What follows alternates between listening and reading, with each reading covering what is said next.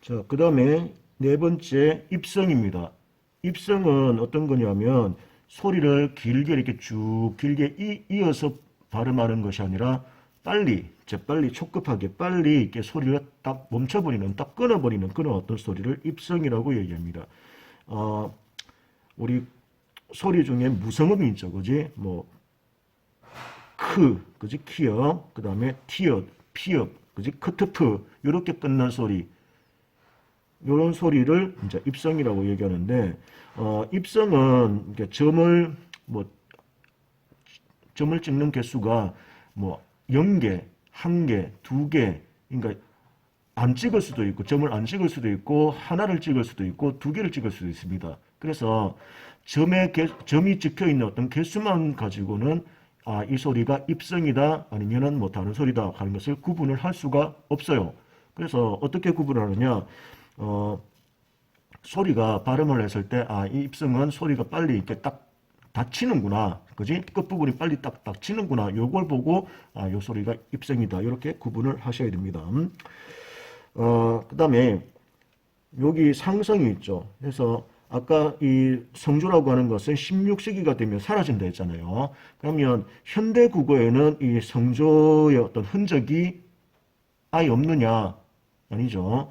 이 네 가지 평성, 상성, 거성, 입성 이 네 가지 사성 중에서 지금 현대 국어에 흔적이 남아있는 소리는 바로 요 두 번째 상성이다.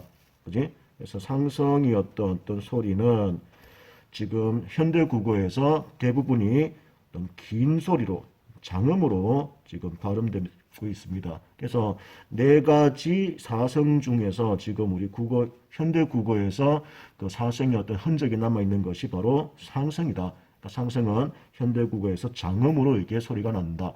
길게 소리 나는 소리들이 예전에 어떤 중세 때는 이게 예전에 상성이었구나 하는 것을 알 수가 있습니다. 그 다음에 두 번째 내용으로 한번 넘어가 보도록 할까요?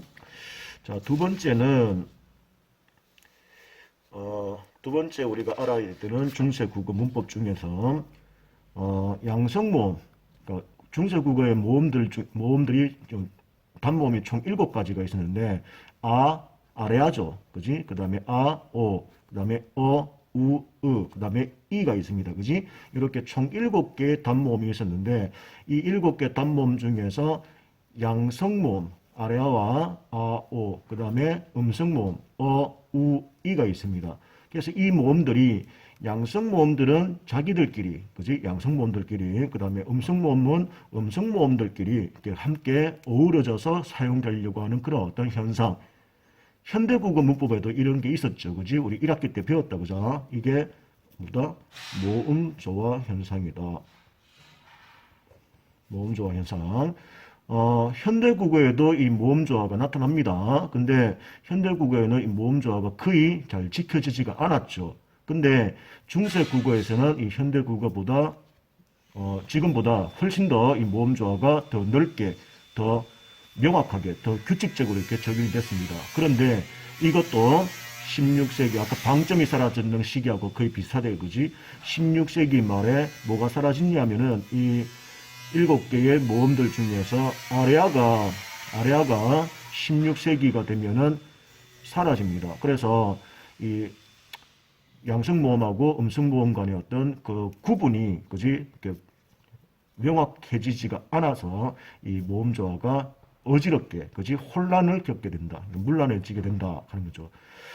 그래서 예를 들어서 우리 세종어조 훈민정음 본문에도 나오는 단어인데 수매라고 하는 단어가 있습니다. 수매라고 하는 것은 뭐 사용한다 이런 뜻인데 쓰에다가 쓰다가 기본형이죠. 쓰에다가 음이라고 하는 명사형 의미가 나옵니다. 요거는 나중에 또 다시 본문을 분석할 때 또 설명을 할게요. 쓰다라고 하는 사용하다라고 하는 말 쓰에다가 명사형 의미 음과 그 다음에 조사 에가 지금 붙어 있습니다. 의가 음성모음이죠. 아까 음성모음 그 다음에 명사형 의미 음이 왔는데 우가 왔다, 그지? 모음이 우가 왔습니다. 음성모음 의에다가 음성모음 우가 왔으니까 음성모음들끼리 지금 결합했는 거죠. 그러니까 음성모음 우에다가 뒤에 조사도 에, 음성모음이다. 그래서 우하고 에가 결합해서 모음 조화가 지금 잘 지켜지고 있다라고 볼 수 있죠. 그지? 음성모음들끼리 결합했으니까. 그 다음에 바람에, 그러니까 용비어천가에 보면은, 그지? 바람에 아니밀세 이런 말이 있습니다. 여기도 보면은 바람 할 때 아야가 왔죠. 그 다음에 뒤에 조사 에가 왔습니다. 양성모음 아랴와 그 다음에 에가 지금 함께 결합했죠. 그러니까 이것은 양성모음들끼리 지금 결합했기 때문에 이 경우도 바로 모음조화가 잘 지켜졌다라고 하는 것을 알 수 있습니다. 되겠습니까? 모음조화 현상에 대해서는 우리 현대국어에서도 한번 나왔던, 그지? 현대국어에도 지금 나오는 문법 내용이기 때문에 뭐 그렇게 크게 어렵지는 않을 거라고 생각합니다. 그럼 세 번째는 음절의 첫 소리, 초성 위치죠. 초성에 두 개 또는 두 개, 세 개 그 이상의 어떤 자음들이, 그러니까 서로 다른 자음입니다. 서로 다른 자음들이 두 개, 세 개 이상 이렇게 연속돼서 나타나는 것. 이거를 저번에 한번 한 적 있죠. 이거를 어두 자음군이라고 얘기합니다. 1학기 때 현대 문법을 할 때 한번 다뤘던 적이 있습니다. 그죠? 그래서 중세 때는 그렇게 비읍계, 시읍계 이렇게 어두장군이 두 가지 종류가 이렇게 나누어져서 쓰이다가 17세기로 넘으면은 17세기니까 근대 국어로 이렇게 넘으면 이 어두장군이 대부분 된소리화 됩니다. 된소리로 바뀐다. 그래서 세종어제 훈민정음에 보면 뭐 뜨들이라고 하는 말이 있습니다. 그죠? 뜨들에 보면은 비읍, 디귿 이렇게 비읍과 디귿 서로 다른 자음이 두 개가 지금 같이 나란히 쓰였죠. 이런 것들을 우리가 어두장군이라고 얘기한다. 현대국어에서 이 비읍, 디귿은 뭐야? 쌍디귿, 그지? 된소리로 지금 바뀌게 됩니다. 그 다음에 날로 쓰매 할 때 비읍, 시옷 어두장군도 있습니다. 사용한다 할 때 쓰매, 이때 사용되는 비읍, 시옷 같은 거. 요 비읍, 시옷 같은 경우는 현대국어에서는 쌍시옷이 되는 거죠. 되겠습니까? 자, 이렇게 어두장군이라고 하는 것이 있었다 하는 것도 알 수가 있고요. 자, 그 다음에 표기 방법인데요. 초성, 그러니까 첫 소리나 아니면 받침, 종성을 가로로 나란히 쓰는 표기 방법. 이거를 우리가 병서법이라고 얘기합니다. 병서법. 한자로 병서법이라고 얘기하고 이거를 한글로 나란히 쓰기라고 합니다. 나란히 쓰기. 이 나란히 쓰기 병서법은 종류가 두 가지가 있죠. 자, 예를 볼까요? 예를 보면 쌍기역, 쌍디귿, 쌍비읍, 쌍시옷, 쌍지읒 라고 지금 현대국어에는 없지만 히읗이 두 개 붙어 있는 쌍히읗도 있었어요. 이거는 같은 자음을 가로로 나란히 적었는 거지. 자, 이런 것들을 우리가 각자 병서라고 얘기합니다. 병서법 중에서 각자 병서, 그러니까 같은 자음을 나란히 적는 방법, 각자 병서. 그 다음에 다른 자음을 나란히 적는 방법이 있었죠. 아까 어두자음군 같이, 그지? 뭐 비읍 디귿이나 비읍 시옷, 비읍 지읒, 뭐 시옷 기역, 시옷 디귿, 시옷 비읍. 그 다음에 세 개가 나란히 적혀 있는 것도 있습니다. 비읍 시옷 기역, 비읍 시옷 디귿 같이 이렇게 서로 다른 자음을 옆으로 나란히 가로로 나란히 적는 방법을 우리가 합용병서라고 얘기합니다.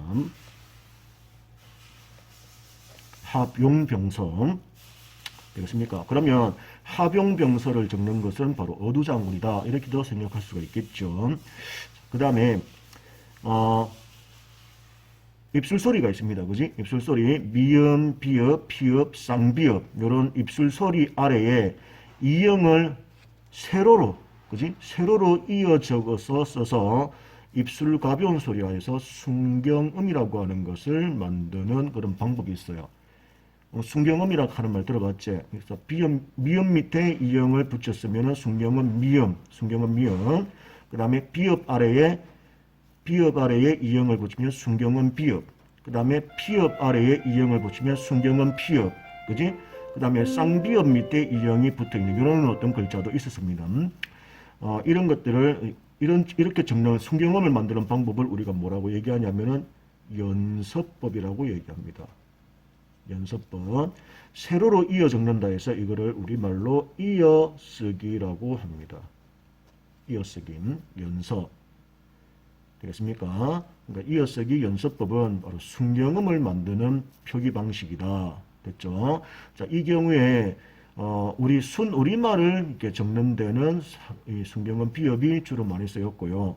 순경은 미음이나 순경은 비읍, 그 다음에 쌍비읍 밑에 이렇게 이형을 붙이는 이런 어떤 글자들은 이따가 배울 건데 이 한자음, 동국 정운식 한자음을 표기하는데 이런 미음, 순경은 미음, 순경은 비읍, 그 다음에 비읍 쌍비읍 밑에 이형을 붙인 이런 어떤 표기들이 사용됐다 하는 거 알아두시면 되겠고요. 그 다음에 마지막으로 이렇게 적는 방법 중에 부서법이라고 하는 것이 있습니다. 부서법. 이거는 우리말로 붙여쓰기라고 얘기합니다. 붙여쓰기. 뭐냐? 자음과 모음을 이렇게 같이 결합시켜서 사용하는 방법. 자음과 모음을 결합시켜서 쓰는 방법. 우리는 그냥 기본적으로 다 알고 있습니다. 그지? 자음에 어디에 왼쪽에 모음을 붙입니까? 아니죠. 오른쪽에다가 붙입니다. 그거를 우리가 우서법. 자음의 오른쪽에 모음을 붙여서 쓰는 방법. 그래서 예를 들어서 기역이라고 하는 자음 옆 오른쪽에 모음 R을 붙여서 가를 이렇게 만드는 방법. 되겠습니까? 그 다음에 아래쪽에다가 자음 아래쪽에다 위에다가 안 붙이죠. 모음이 자음 위에 붙는 게 없습니다. 그지? 자음 아래쪽에 붙여서 씁니다. 그거를 우리가 하서법이라고 얘기합니다. 하서법. 자음 아래쪽에 모음을 붙여 쓰는 방법. 그러니까 예를 들어서 자음 기역에다가 아래쪽에 모음 을을 붙여서 그 이렇게 만드는 방법. 이렇게 되겠죠. 부서법, 붙여 쓰기라고 얘기합니다.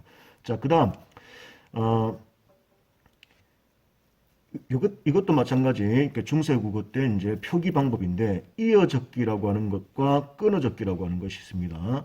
15세기 그러니까 중세 국어 시기에는 이어적기가 많이 널리 사용됐지만 16세기로 이렇게 넘어오면은 끊어적기가 점차 확대된다. 이건 쉬운 말로 무슨 말이냐면 이어적기는 그냥 소리 나는 대로 적는 거예요. 그지? 발음 나는 대로. 그 다음에 끊어적기라고 하는 것은 맞춤법에 맞게 그러니까 형태소를 밝혀서 적는 방법을 끊어적기라고 얘기하죠. 그래서 첫 번째 이어적기. 이거를 한자로 연철이라고 얘기합니다. 연철. 이어적기 연철이라고 하는 것은 앞 음절의 종성, 그러니까 받침 뒤에 모음으로 시작하는 조사나 음이 등이 이어질 때, 그러니까 모음으로 시작해야 됩니다. 모음으로 시작하지 않고 뭐 자음으로 시작하는 경우에는 이렇게 뭐 이어적기, 연철 표기를 할 필요가 없겠죠. 당연히 끊어적기가 되는 겁니다. 이어질 때 어떻게 소리 나는 대로, 그지? 발음 나는 대로, 소리 나는 대로 적는 방법을 우리가 이어적기라고 얘기한다. 그래서 뭐 샘이 깊은 물은 했을 때 깊이라고 하는 말, 앞말에 받침이 지금 종성 피업이 있죠. 그 뒤에 지금 모음으로 시작했습니다. 이런 경우에 종성, 받침으로 쓰였는 종성이 그 다음 음절로 이렇게 넘어가서 이어지는 소리. 그래서 소리 나는 대로 깊은 이렇게 적는 것이 바로 이어적기 연철이다. 되겠죠? 근데 이제 이 같은 내용을 이제 끊어적기로 해본다. 끊어적기. 그러니까 분철로 적는 경우에는 조건은 똑같죠. 앞음절의 종성 뒤에 모음으로 시작하는 조사나 음이 등이 이어질 때 뒤에 음절 초성에다가 그러니까 실제로는 없지만 그러니까 모음으로 시작하기 때문에 그지 첫 소리가 없는 거잖아. 초성이 없는데 그 초성 위치에다가 이형을 붙여준단 말입니다. 초성이 있는 것처럼 그지 초성 이형이 있는 것처럼 이렇게 표기를 해서 어떻게 형태소의 모습을 밝혀서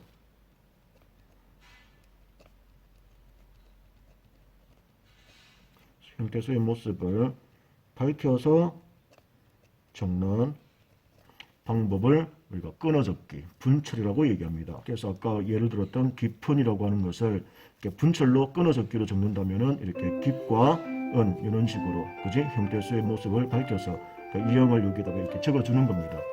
되겠습니까? 이어적기, 끊어적기. 그러니까 이어적기는 15세기에는 이어적기가 많이 사용됐지만 이것도 16세기로 넘어가면서 이어적기가 점점 끊어적기로 이렇게 넘어가는 변화되는 그런 어떤 모습을 보인다 하는 거죠. 자, 그 다음에 종성 받침을 표기하는 방식인데요. 훈민정음이 처음 만들어졌을 때, 처음 창제됐을 당시에는 종성, 받침을 따로 만들지 않았어요. 그러니까 초성, 그러니까 첫소리죠. 그지? 초성으로 만든 글자를 종성에다가 다시 쓴다 하는 그런 어떤 규정이 있습니다. 그거를 뭐라고 얘기하냐면은 종성, 부용, 초성이라고 합니다. 종성은 부용, 다시 쓴다 이 말이죠. 뭐를? 초성을. 그러니까 첫 소리에 사용되는 어떤 소리들을 받침, 종성 소리에도 다시 쓴다. 이 규정이 있었죠. 그래서 종성을 따로 만들 필요가 없었습니다. 근데 이렇게 쓰다 보니까, 그지? 종성으로 쓰이는 어떤 그 소리가 너무 많더란 말이야. 그래서 이거를 몇 가지로 좀 줄여보자 해서 몇 가지로 줄이냐면은 8글자, 8자로 이렇게 줄여놨습니다. 거기에 해당되는 종성이 뭐냐면은 기역, 니은, 디귿, 리을, 미음, 비읍, 시옷, 그리고 이응. 되겠습니까?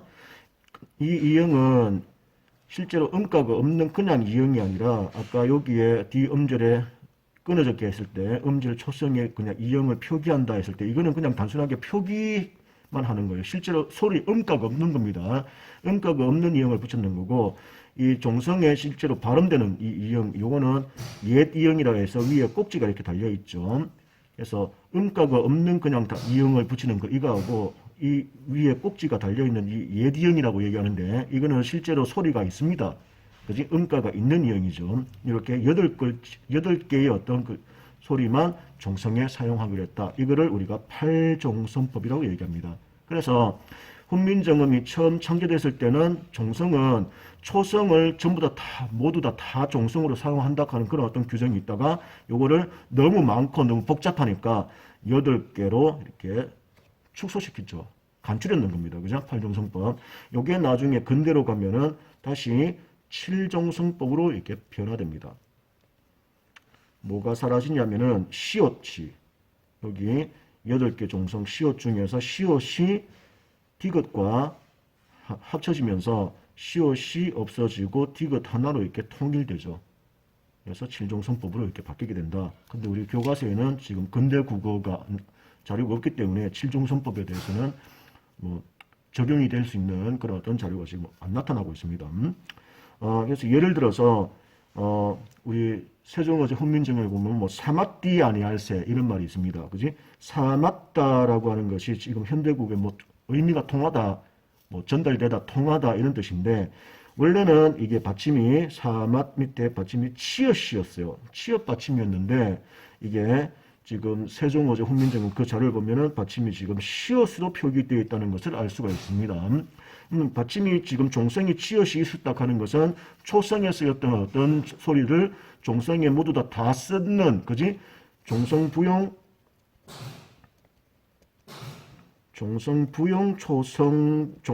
종성표기법이 지금 적용됐었다 이 말이죠. 이렇다가 지금 시옷이 시옷으로 바뀌었다는 것은 팔종성법으로 지금 바뀌었다 하는 것을 알 수가 있습니다. 되겠습니까? 자, 마지막입니다. 오늘 수업 내용에 세종 때 이제 우리말은 그냥 이렇게 적으면 됩니다. 그지? 적으면 되는데 중국에 이제 한자음을 우리 이제 훈민정음으로 이렇게 표기를 해야 되겠죠. 한자음도. 근데 이 우리나라에서 사용하고 있는 이 한자의 어떤 소리, 음하고 실제 중국 사람들이 사용하고 있는 그 한자의 어떤 음이 차이가 있어요. 그지? 차이가 있기 때문에 가능하면은 그 실제 중국 사람들이 발음하는 그 중국 원음에 최대한 가깝게 이렇게 훈민정음으로 이렇게 표기를 하려고 하는 어떤 노력을 했다는 겁니다. 그래서 그런 세종 당시의 그 한자음을 실제 중국 사람들이 이제 발음하는 중국 원음에 가깝도록 이렇게 고쳐서 그걸 표시하는 그런 한자음 표기를 우리가 동국정운식 한자음 표기라고 합니다. 동국정운이라고 하는 것이 뭐냐면 옥편이죠. 한자 사전입니다. 그지?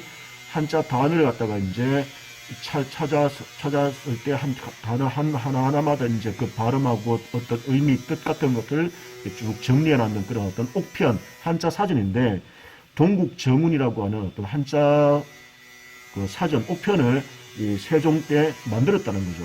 그래서 이 동국정운에서 나타나는 그 한자의 어떤 음은 실제 중국에서 어떤 원음의 어떤 한자음을 이렇게 표기해 놨는 그런 어떤 옥편입니다.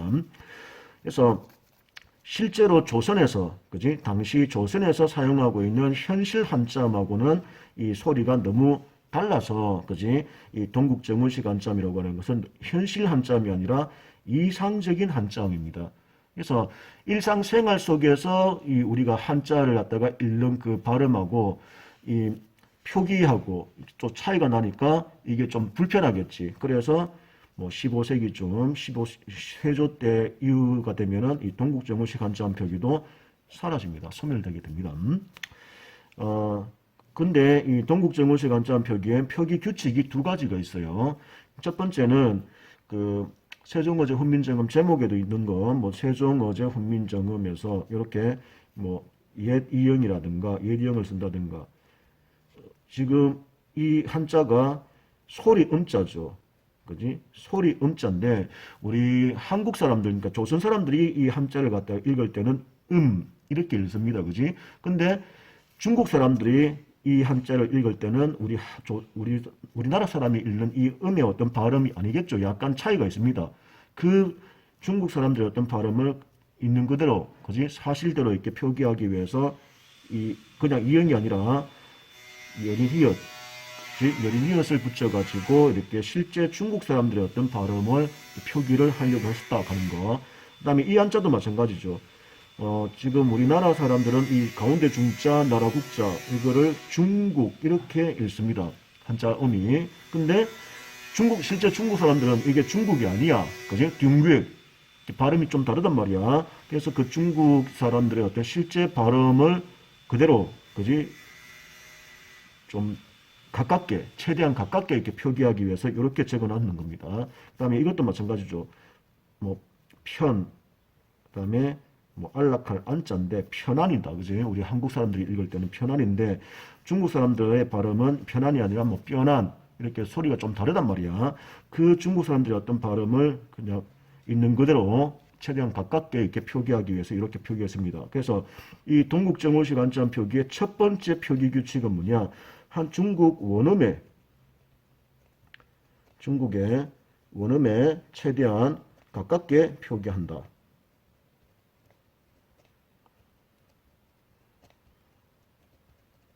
그래서 중국 원음에 가깝게 표기하기 위해서 사용되는 이런 글자들, 이런 것들이 있다 하는 거 알아두셔야 되고요. 그 다음에 두 번째 표기 규칙은 뭐냐? 한자는 초성, 중성, 종성, 그러니까 중국 사람들의 어떤 중국어, 그러니까 한자는 무조건 초성, 중성, 종성 이 세 개 삼성을 갖다가 이제 지켜서 음절을 만들게 되어 있습니다. 우리 국어 같은 경우에는 초성하고 그 다음에 중성, 그러니까 자음하고 모음만 있어도 음절을 이룰 수가 있죠. 근데 중국어는 아니단 말이야. 중국어는 초성, 중성, 종성 이렇게 삼성이 무조건 다 갖춰져야지 음절을 이룰 수 있다고 받는 겁니다. 그래서 한자의 어떤 음을 최대한 가깝게 이렇게 표기해야 된다 하는 거, 그게 이제 동국정운식 한자음 표기니까 우리 국어 같은 경우에는 초성하고 중성만 있어도 음절을 이룰 수가 있는데 중국어는 그게 아니니까 한자 중국에서 사용하고 있는 한자는 그게 아니니까 삼성을 무조건 다 갖춰야 되니까 받침에 종성 위치에 실제로 종성이 없더라도 그 종성이 있는 것처럼, 그지? 표기하기 위해서 실제로는 소리가 없는, 음가가 없는 이형을 종성 위치에 붙여준다 이런 얘기입니다. 자, 그걸 하기 위해서 나타나는 어떤 표기가, 자, 제목에도 있죠. 세종이다, 그지? 우리 한글 만드신 임금님이 세종대왕이지 생종대왕이 아니잖아요. 근데 초성, 시옷, 그 다음에 예, 중성, 그 다음에 종성이 없다, 그지? 종성이 없는 종성 위치에다가 그냥 소리가 없는, 그지? 실제 소리가 없는 이형을 이렇게 붙여줘서 초성, 중성, 종성을 모두 다 갖추도록 이렇게 글씨를 썼단 말이야. 한자음을 적었단 말이야. 이런 방식을 우리가 동국정운식 한자음 표기라고 얘기합니다. 그 다음에 어제라는 말도 마찬가지죠. 임금께서 직접 만드셨다라고 하는 어떤 의미의 어제인데, 이것도 마찬가지. 어와 제 밑에 실제로는 이렇게 종성이 소리가 없는 겁니다. 종성이 없는데 밑에 받침에다가 음가가 없는 이형을 이렇게 다 적어줘서 초성, 중성, 종성을 모두 다 갖추도록 이렇게 표기를 했는 거죠. 되겠나? 그 다음에 글자를 나타내는 자자라고 하는 것도 쌍지읒, 그 다음에 아래아에다가 실제로 소리가 없는 이형을 이렇게 붙여줬는 겁니다. 그 다음에 뭐 위라고 하는 글자에도 초성, 그 다음에 그 다음에 밑에 받침 종성에다가 이형을 실제 음가가 없는 이형을 이렇게 붙여줬다는 겁니다. 요게 이제 동국정오시 관점 표기의 두 번째 표기 규칙이 되겠다. 그래서 당연히 음절을 이루기 위해서 반드시 초성, 그 다음에 중성, 그 다음에 종성 이 세 가지를 갖추어서 표기하였으며 받침이 없는 글자에는 종성에다가 실제 소리가 없는 음가가 없는 이형이나 아니면 아까 순경음 있었죠, 그지? 순경음 중에서 순경음 미음을 밑에 받쳐서 적었습니다. 자, 이해되겠습니까? 오늘 중세 국어를 이렇게 처음 들어가면서 첫 시간이었는데요. 고대 국어부터 중세 국어를 다시 전기와 후기, 그 다음에 근대 국어, 현대 국어 이렇게 국어의 어떤 시대 구분을 하는 것과 그 다음에 우리 교과서에 나와 있는 이 중세 국어의 자료를 조금 더 잘 이해하고 잘 분석을 하기 위해서 중세 국어 시기와 관련된 여러 가지 어떤 기본적인 문법 개념에 대해서 정리를 해봤습니다. 오늘 학습한 내용들 그리고 여러분들 이렇게 지금 활동지에다가 선생님 따라서 이렇게 필기해 놓은 어떤 내용들 잘 머릿속에 잘 정리를 해서 잘 기억을 해놓고 다음 시간 세종어제 훈민정음 본문 학습할 때 오늘 배웠던 이 문법 기본 개념들을 이렇게 적용을 시켜 나갈 겁니다. 그래서 오늘 학습한 내용을 잘 이렇게 정리해 두고 머릿속에 잘 기억을 해 두시기 바랍니다. 자, 내일 뵙겠습니다. 수고하셨습니다.